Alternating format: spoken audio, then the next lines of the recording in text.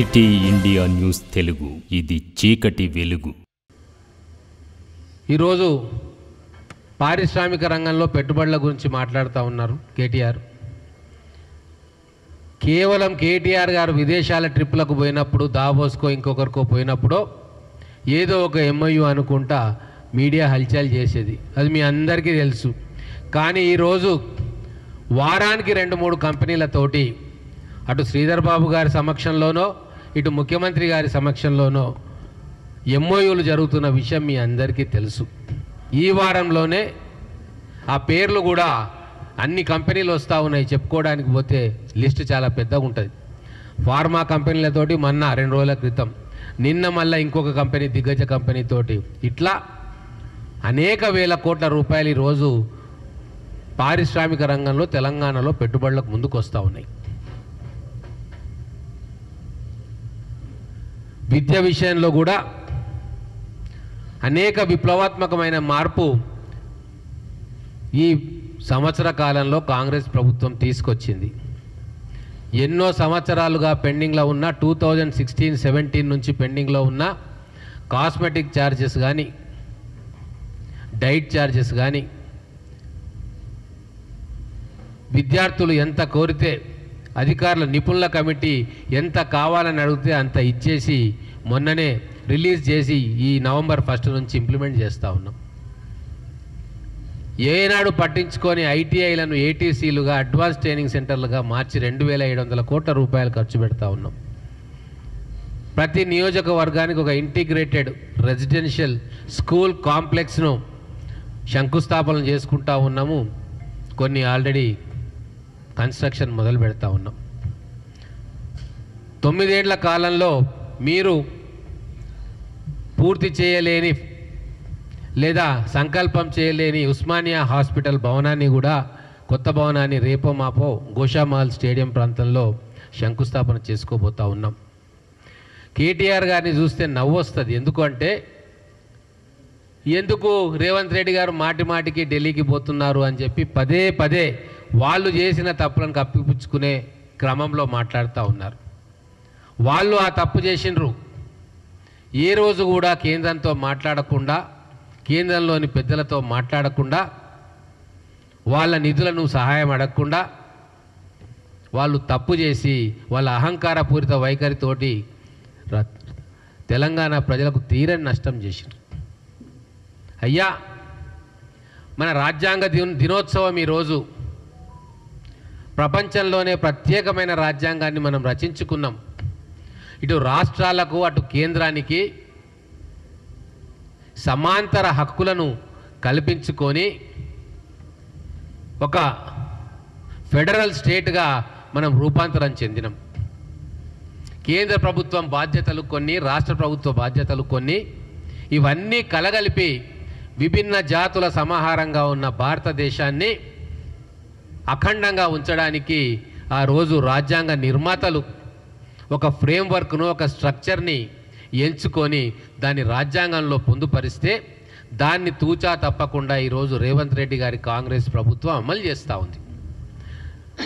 లెక్కలు సరిగా ఆయన గుర్తు లేకపోవచ్చు, కేంద్రంలో ఎన్ని మినిస్ట్రీలు ఉంటాయి, ఎవరి దగ్గర ఫండ్స్ ఉంటాయి, అవన్నీ ఆయనకు తెలియకపోవచ్చు. కానీ ఈరోజు నేను కేటీఆర్ గారికి ఒక మాట చెప్పదలుచుకున్నా. కేంద్రంలో ఈరోజు నరేంద్ర మోడీ గారి నేతృత్వంలో అనేక శాఖలలో 30 మంది క్యాబినెట్ మినిస్టర్లు ఉంటారు. 5 మినిస్టర్లు స్టేట్ మంత్రులైనా ఇండిపెండెంట్ ఛార్జ్. వీళ్ళందరినీ కూడా కలవాల్సిన బాధ్యత రాష్ట్రాల ముఖ్యమంత్రికి ఉంటుంది. ఎందుకంటే ప్రతి ముఖ్యమైన శాఖకు ఒక కేంద్ర మంత్రి ఉంటాడు. ఆ రాష్ట్రానికి, ఆ కేంద్ర శాఖకు, రాష్ట్రంలో ఉన్న శాఖలకు సమన్వయం కావాలా, కేంద్రం నుంచి ఫండ్స్ రావాలా, కొంత కాంట్రిబ్యూషన్ కేంద్రం ఇస్తే కొంత కాంట్రిబ్యూషన్ రాష్ట్రం ఇస్తుంది. ఇది మనం రాజ్యాంగంలో పొందుపరుచుకున్న లేదా అడ్మినిస్ట్రేటివ్ నియమావళి ప్రకారం పొందుపరుచుకున్న అంశాలు. అంటే 35 మంది కేంద్ర మంత్రులను రాష్ట్ర ముఖ్యమంత్రులు వెళ్ళి కలిసి రాష్ట్రంలో జరిగే ప్రాజెక్టులు కావచ్చు, వాటికి నిధుల సమీకరణ కావచ్చు, పాలసీ అంశాలు కావచ్చు, లేదు భవిష్యత్తులో రాష్ట్రానికి తీసుకువచ్చే అంశాలు కావచ్చు, లేదు దేశానికి సంబంధించిన అంశాల పట్ల ఆ కేంద్ర మంత్రులతో మాట్లాడే అభిప్రాయాన్ని పంచుకునే బాధ్యత ఒక యూనిటరీ స్టేట్ కాదు, ఒక ఫెడరల్ స్ఫూర్తితోటి ముఖ్యమంత్రులకు ఉంటుంది. అది కాంగ్రెస్ ముఖ్యమంత్రి రేవంత్ రెడ్డి గారు తూచా తప్పకుండా అమలు చేస్తూ ఉన్నాడు. అసలు మీరు రాజ్యాంగం చదివితే కదా, తెలంగాణలో భారత రాజ్యాంగం అమలు కాలేదు కదా. 2014 నుంచి వాళ్ళు గద్దె దిగేదాకా కేవలం కల్వకుంట్ల రాజ్యాంగం అమలైంది. కల్వకుంట్ల రాజ్యాంగంలో కేంద్ర మంత్రులను కలవకూడదు, ప్రధానమంత్రి వస్తే ఆయనతోటి మాట్లాడకూడదు, ఏ సహాయం కూడా కేంద్రం నుంచి తీసుకోవద్దు, మొత్తం నేనే చేసిన, కేసీఆర్ వల్లనే ఇదైంది అని చెప్పి తెలంగాణ ప్రజలను భ్రమపెట్టే ప్రయత్నం చేసి చెవులో పువ్వు పెట్టే కార్యక్రమం ఈ 9.5 సంవత్సరాలు చేసిండు. కానీ కాంగ్రెస్ ప్రభుత్వం అట్లా చేయదు. ముఖ్యంగా రేవంత్ రెడ్డి గారు మొదలే చెప్పిండ్రు, కేంద్ర ప్రభుత్వ సహకారంతో నిధులు తెచ్చుకుంటాము, కుప్పగూలిన ఆర్థిక వ్యవస్థను గాడిలో పెట్టడానికి కేంద్రం కూడా తమ వంతు సహాయం చేయాలి, కాబట్టి వాళ్ళను ఎన్నిసార్లైనా కలుస్తా, రాష్ట్రానికి వచ్చే ప్రతి ఒక్క రూపాయిని నయాన్నో భయాన్నో రిక్వెస్ట్ చేసో డిమాండ్ చేసో తీసుకొచ్చి తెలంగాణ ప్రజల రుణం తీర్చుకుంటా అని చెప్పి రేవంత్ రెడ్డి గారు అనేక సందర్భాల్లో చెప్పారు. వీళ్ళకి అది మింగుడు పడట్లే. అందుకే ప్రతి ఒక్క అంశాన్ని రాజకీయం చేసే ప్రయత్నం చేస్తూ ఉన్నాడు. ఇప్పటికైనా తెలంగాణ ప్రజలకు గమనించాలి, రాష్ట్రాల ముఖ్యమంత్రులు ఢిల్లీకి పోతున్నారు అంటే అది తెలంగాణ ప్రజల మేలు కోసం. ఉదాహరణలు 2 చెప్తా. మీరు 9 ఏళ్ళు బీఆర్ఎస్ పార్టీ ప్రభుత్వం నుండి గింజుకున్న కంటోన్మెంట్ బోర్డు విలీనం కాలే, కానీ రేవంత్ రెడ్డి గారు మొదటి సంవత్సరంలోనే కేంద్రాన్ని ఒప్పించి ఆ ప్రయత్నం చేసిండ్రు. మహానగరంలో కంటోన్మెంట్ ప్రాంతాన్ని విలీనం చేసుకున్నారు. అలాగే ఎలివేటెడ్ కారిడార్స్, ఇటు గట్కేసర్కు అటు షామీర్పేటకు వెళ్ళే ఎలివేటెడ్ కారిడార్స్కు కేంద్రం గ్రీన్ సిగ్నల్ ఇయ్యలే వేళ 9.5 సంవత్సరాల్లో. కానీ రేవంత్ రెడ్డి గారు వెళ్ళిన తర్వాత దానికి గ్రీన్ సిగ్నల్ లభించింది, పనులు మొదలు కాబోతూ ఉన్నాయి. రేపు ఇచ్చే ఇందిరమ్మ ఇండ్లలో కూడా కేంద్ర ప్రభుత్వం నుంచి సహాయం తీసుకుంటాం. రేపు పబ్లిక్ డిస్ట్రిబ్యూషన్ సిస్టంలో కూడా కేంద్ర ప్రభుత్వం నుంచి సహాయం తీసుకుంటాం. అందుకే ప్రతిసారి కేంద్ర పెద్దలతో కలిసినప్పుడు ఖచ్చితంగా రాష్ట్రానికి రావాల్సిన హక్కులను, రాష్ట్రానికి రావాల్సిన నిధులను ముఖ్యమంత్రి గారు ప్రధానమంత్రితో సహా అన్ని శాఖలకు చెందిన క్యాబినెట్ మంత్రులతో మాట్లాడుతూ ఉన్నారు, రాజ్యాంగబద్ధంగా పరిపాలన చేస్తూ ఉన్నాడు. ఇంకోటి మన విచిత్రమైన మాట, అదానీ అంశంలో కోడంగల్లో సిమెంట్ ప్లాంట్ ఎట్లా పెడతారు అదానిది అని. అదానీ పెడతాడా, అంబానీ పెడతాడా, టాటా పెడతాడా, బిర్లా పెడతాడా? మన రాష్ట్రానికి పెట్టుబడులు ఏ సంస్థలు తెచ్చినా పొలిటికల్ అఫిలియేషన్స్ను పక్కన పెట్టు మన రాష్ట్ర ప్రయోజనాల కోసం ఆలోచించేవాడే స్టేట్స్మెన్. అందుకే ఈరోజు టాటా వాళ్ళు ప్రాజెక్టులు తెచ్చినా, అదానీ తెచ్చినా, అంబానీ తెచ్చినా వాళ్ళు 100 కోట్ల రూపాయలతోటి ప్రాజెక్టు పెడతారు అన్నప్పుడు ఖచ్చితంగా తగు జాగ్రత్తలు తీసుకొని రాష్ట్రంలో పెట్టుబడులను ఆహ్వానించే బాధ్యత ముఖ్యమంత్రి గారిది. వారు ఆ పనే ముఖ్యమంత్రి గారు శ్రీధర్ బాబు గారు చేస్తూ ఉన్నారు. కార్పొరేట్ లా ప్రకారంగా ఇన్కమ్ ట్యాక్స్, ఈడీ ఇవన్నీ ఎన్నో చట్టాలు భారతదేశంలో ఉన్నాయి. ఏవైనా కంపెనీలు ఆ చట్టాలను ఉల్లంఘిస్తే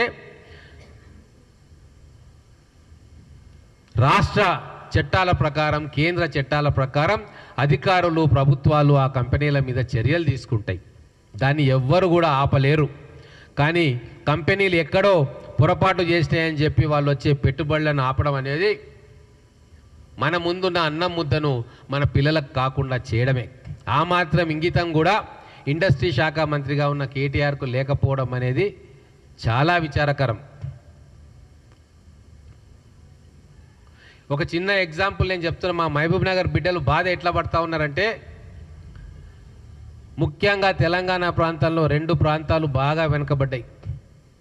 ఒకటి మహబూబ్ నగర్ ప్రాంతంలో పశ్చిమ మహబూబ్ నగర్, గద్వాల ప్రాంతము, మక్తల్ ప్రాంతము, నారాయణపేట ప్రాంతము, కొడంగల్ ప్రాంతము. అలాగే మెదక్ జిల్లాలో కొన్ని ప్రాంతాలు, నారాయణఖేడ్ ప్రాంతము, మిగతా కొన్ని ప్రాంతాలు చాలా వెనుకబడ్డాయి. అక్కడ వాటర్ రిసోర్సెస్ తక్కువ. కొంత కొడంగల్ ప్రాంతం అయితే ఎడారి ప్రాంతం, కొన్ని గ్రామాల్లో వందల వేల ఎకరాల్లో మీకు బోర్ బావులు కూడా పడవు. ఇరిగేషన్ ప్రాజెక్ట్స్ కూడా ఇంకా చేరుకోలే ఆ గ్రామాలకు. అలాగే నారాయణఖేడ్ ప్రాంతం. మరి అటువంటి వెనుకబడ్డ ప్రాంతాల్లో పరిశ్రమలు తీసుకురావాల్సిన బాధ్యత ప్రభుత్వానిది. ఈరోజు ముఖ్యమంత్రిగా కొడంగల్ ప్రాంతాన్ని ప్రాతినిధ్యం వహిస్తున్న వ్యక్తిగా గత 75 సంవత్సరాల్లో అభివృద్ధికి నోచుకొని ప్రాంతంగా ఉన్నది కాబట్టి అక్కడ అభివృద్ధి చేయాలి అని సంకల్పం తీసుకోవడం ముఖ్యమంత్రి గారు చేసిన తప్ప. కేవలం 1300 ఎకరాలు అక్విజిషన్ కోసం ప్రభుత్వం కానీ కలెక్టర్లు కానీ రైతుల దగ్గరికి పోతే దాన్ని కుట్ర చేసి మొత్తం ఏదో బ్రహ్మాండం బద్దలైపోయింది, భూకంపం వచ్చింది అని చెప్పి గగ్గోలు పెడతా ఉంటే మీరు ఎంత రాజకీయంగా దిగజారిపోయినరో కేటీఆర్ అండ్ టీం అర్థమవుతా ఉంది. సూటి ప్రశ్నిస్తూ ఉన్న నేను కల్వకుంట్ల కుటుంబానికి, మీరు 10 సంవత్సరాలు పరిపాలన చేసినప్పుడు సిద్దిపేట, గజ్వేలు, సిరిసిల్ల ఈ ట్రై సిటీస్ ఈ 3 ప్రాంతాల మధ్యలో మీరు ఎన్ని వందల వేల కంపెనీలను ఆ ప్రాంతానికి తీసుకొచ్చిండ్రు? మరి అక్కడ ల్యాండ్ అక్విజిషన్ జరగలేదా? ప్రభుత్వ భూమిని మీరు ఇయ్యలేదా? రాయితీలు కల్పించలేదా? అక్కడ రైతుల దగ్గర భూములు తీసుకోలేదా? వాళ్ళ కంపెన్సేషన్ ఇయ్యలేదా? లక్ష ఉద్యోగాల కల్పన ఆ 3 ప్రాంతాల్లో జరిగింది. మరి కొడంగల్ ప్రాంతంలో కానీ, మహబూబ్ నగర్ ప్రాంతంలో, మక్తల్ ప్రాంతంలో, నారాయణఖేడ్ లాంటి ప్రాంతాల్లో ఉద్యోగాల కల్పన జరగొద్దా? మా బిడ్డలు ఎప్పుడు కూడా బాంబేకి, దుబాయ్కి వలసెళ్ళి అక్కడ దిక్కులేని చావులు చావాలనా? మీ ప్రాంత ప్రజలు సుఖంగా ఉంటే మొత్తం తెలంగాణ సుభిక్షంగా ఉన్నట్ట? 9.5 సంవత్సరాలు మంత్రులుగా, ముఖ్యమంత్రులుగా వెలగబెట్టిన వాళ్ళు వాళ్ళ ఆలోచన విధానాన్ని ఈరోజు తెలంగాణ ప్రజలు గమనించాలి అని చెప్పి కోరుకుంటా ఉన్నాం. 14 సీట్లలో 12 సీట్లు ఇచ్చి పాలమూరు బిడ్డను ముఖ్యమంత్రిగా చేసినందుకు కృతజ్ఞతాపూర్వకంగా వెనకబడ్డ పాలమూరు జిల్లాను అభివృద్ధి చేయాలని చెప్పి కంకణం కట్టుకున్న ముఖ్యమంత్రి గారిని అభినందించాల్సింది పోయి ఈరోజు అదే కొడంగల్ కేంద్రంగా ఒక విషబీజాన్ని నాటి మొత్తం రాష్ట్రాన్ని అల్లకల్లోలం చేయాలని చెప్పి ఒక క్రిమినల్ మైండ్ తోటి కల్వకుంట్ల కుటుంబం కుట్రలు చేసిన విషయం చాలా స్పష్టంగా అర్థమవుతా ఉంది. అయ్యా, ఏ దేంట్లో మేము తక్కువ చేసినాం ఈ సంవత్సరంలో? గాయ పెడుతున్నారు కదా, ఊరూరు తిరుగుతూ ఉన్నారు కదా. ధాన్యం కొనుగోలు కేంద్రాలు మీ హయాంలో 23లో స్థాపించినవి 4555 అయితే మేము 7411 ధాన్య కొనుగోలు కేంద్రాలను స్థాపించినాం. మరి మేము మంచిగానే పనిచేసినట్టు కదా. 17 జిల్లాల్లోనే మీరు ధాన్యం కొనుగోలు కేంద్రాలు మొదలు పెడితే మేము 25 జిల్లాల్లో ధాన్యం కొనుగోలు కేంద్రాలు పెట్టినాం. మరి మేము మంచిగానే పనిచేస్తున్నట్టు కదా కేటీఆర్. ఇప్పటికీ అనుకున్న టార్గెట్ ప్రకారంగా పూర్తిగా ప్రతి గింజను కూడా కొనడానికి మేము ఏర్పాట్లు చేసుకుంటా ఉన్నాం. అత్యధికమైన ధరని ఇస్తూ ఉన్నాం. ఎన్నడూ లేని విధంగా ఈరోజు తెలంగాణ చరిత్రలో ఎన్నడూ లేని విధంగా బోనస్ 500 రూపాయలు రైతుల అకౌంట్లలో పడుతూ ఉంటే ఎకరానికి 20 నుంచి 30 క్వింటలు సాగు చేసే రైతన్నకు ఈరోజు దాదాపుగా 10 నుంచి 15 వేల రూపాయలు అదనంగా వాళ్లకు వస్తున్నాయి. ఇది మరి కాంగ్రెస్ ప్రభుత్వం, రేవంత్ రెడ్డి గారి ప్రభుత్వం ఘనత కాదా అని చెప్పి నేను అడుగుతా ఉన్నా. ఈరోజు మొత్తం ధాన్యం నిల్వల్లో సన్న రకాలు పెరుగుతూ ఉన్నాయి. ఎందుకు అంటే ఈ సన్నల సాగును పెంచుకొని రేపు మన హాస్టళ్లలో ఉండే పేద వర్గాల పిల్లలకు సన్న బియ్యం ఇవ్వాలి అని చెప్పి ఒక మంచి ఉద్దేశంతో ఒక విప్లవాత్మకమైన మార్పుకి ఈరోజు శ్రీకారం చుట్టింది. దీన్ని అభినందించాలా లేదా నోరు మూసుకొని కూర్చోవాలి? కానీ కాంగ్రెస్ ప్రభుత్వం ఏ మంచి పని చేసినా కూడా అది మాకు ఎసరు పెడతారు, ప్రజలు మమ్మల్ని మర్చిపోతారన్న దుగ్ధతోటి మీరు ఈరోజు బట్టగాల్చి మీదేస్తూ ఉన్నారు. మేము ఛాలెంజ్ చేస్తూ ఉన్నాం కేటీఆర్ గారికి, మీరు లెక్కలు తీసుకొని రండి.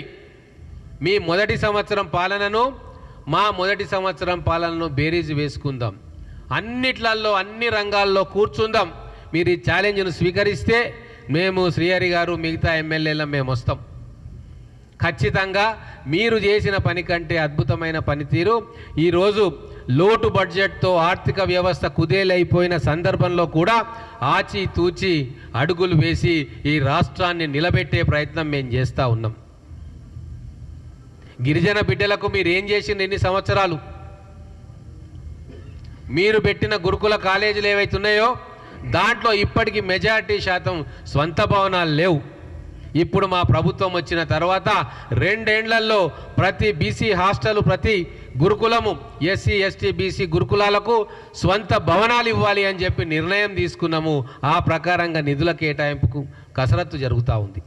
మీరు ఎక్కడెక్కడైతే మీరు లోటుపాట్లు ఉన్నాయో, మీరు ఎక్కడ పొరపాట్లు చేసినరో వాటన్నిటినీ కూడా సవరించే ప్రయత్నం మా ప్రభుత్వం చేస్తూ ఉంది. అద్భుతంగా చేస్తూ ఉంది. ఇంకా కొన్ని చేయాల్సినవి ఉన్నాయి, ఖచ్చితంగా చేస్తాం. భారతదేశంలో 22 లక్షల మందికి రుణమాఫీ చేసి దాదాపుగా 18,000 కోట్ల రూపాయలను అకౌంట్లో ఇచ్చిన ప్రభుత్వం తెలంగాణ ప్రభుత్వం. మీరు ఇచ్చిండ్రా? ఎన్ని విడతలలో మీరు రుణమాఫీ ఇచ్చిండ్రు తెలియదా? రికార్డులు లేవా? మీరు ఒక్కొక్క సంవత్సరం కొద్దిగా రుణమాఫీ చేసింది మాకు తెలియదా? ప్రజలకు తెలియదా? రైతాంగానికి తెలియదా? కానీ ఏకకాలంలో 18,000 కోట్ల రుణమాఫీని ఇచ్చినాము అంటే ఎంత ఉదారంగా రైతుల పట్ల ఈ ప్రభుత్వం ఉందో మీరు అర్థం చేసుకోవాలి. రైతులు పండుగ చేసుకుంటా ఉన్నారు. కొద్దిమంది బీఆర్ఎస్ పార్టీలో ఉన్న కొంతమంది తప్ప, అల్లరి చేయాలని చెప్పి స్వార్థపూరితంగా పనిచేసే కొంతమంది వ్యక్తులు తప్ప ఈరోజు రైతులు నమ్మకం వచ్చింది కాంగ్రెస్ ప్రభుత్వం మీద. ఇప్పుడు చేస్తున్నారు, భవిష్యత్తులో కూడా అద్భుతంగా చేస్తారన్న నమ్మకం వచ్చింది. కాబట్టే ఈరోజు మేము రైతు పండుగను చేసుకుంటా ఉన్నాం. 30వ తారీఖు మహబూబ్నగర్ జిల్లాలో రైతు పండుగను చేసుకుంటా ఉన్నాం. రైతులు లక్షలాదిగా ఆ రైతు పండుగకు రాబోతా ఉన్నారు. ఇంకా రాబోయే రోజుల్లో కౌలు రైతులకు రైతు భరోసా కావచ్చు, అలాగే రైతు బీమా కావచ్చు, రాబోయే రోజుల్లో పంట గిట్టుబాటు ధర కావచ్చు, ఇవన్నీ కూడా మా వ్యవసాయ శాఖ మంత్రి తుమ్మల నాగేశ్వరరావు గారి ఆధ్వర్యంలో పకడ్బందీగా రాబోయే 4 సంవత్సరాల్లో రైతులకు మేలు జరిగే విధంగా మా ప్రభుత్వం ప్రయత్నం చేస్తుంది.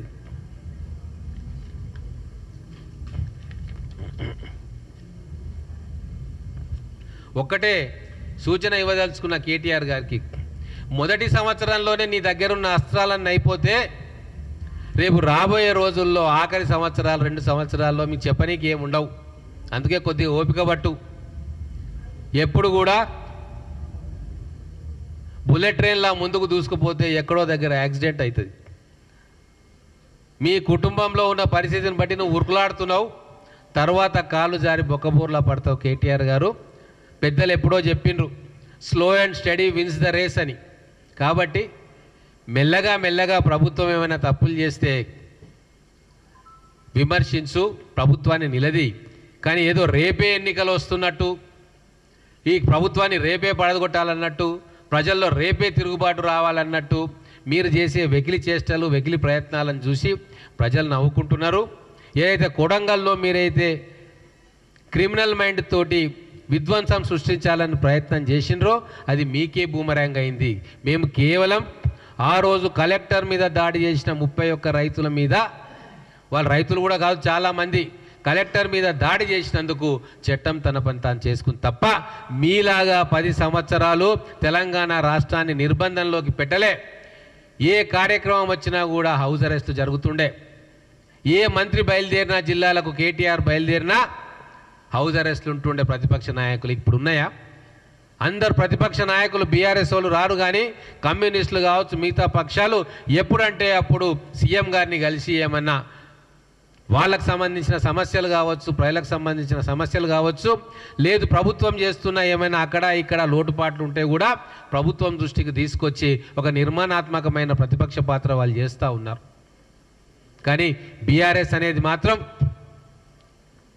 ఎంతసేపు ఈ ప్రభుత్వాన్ని డ్యామేజ్ చేయాలి అన్న కోణంలోనే వాళ్ళు ఆలోచిస్తూ ఉన్నారు.